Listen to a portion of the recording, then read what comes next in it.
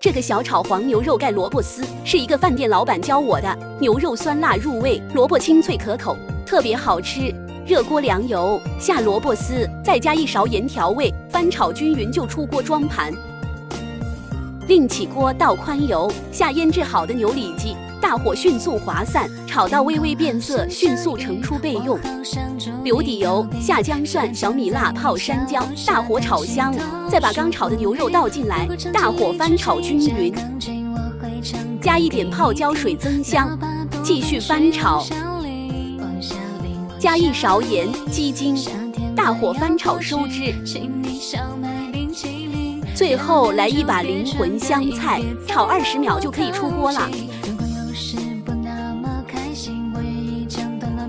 把牛肉盖到白萝卜丝上面，一口下去直接入魂，快去试试吧。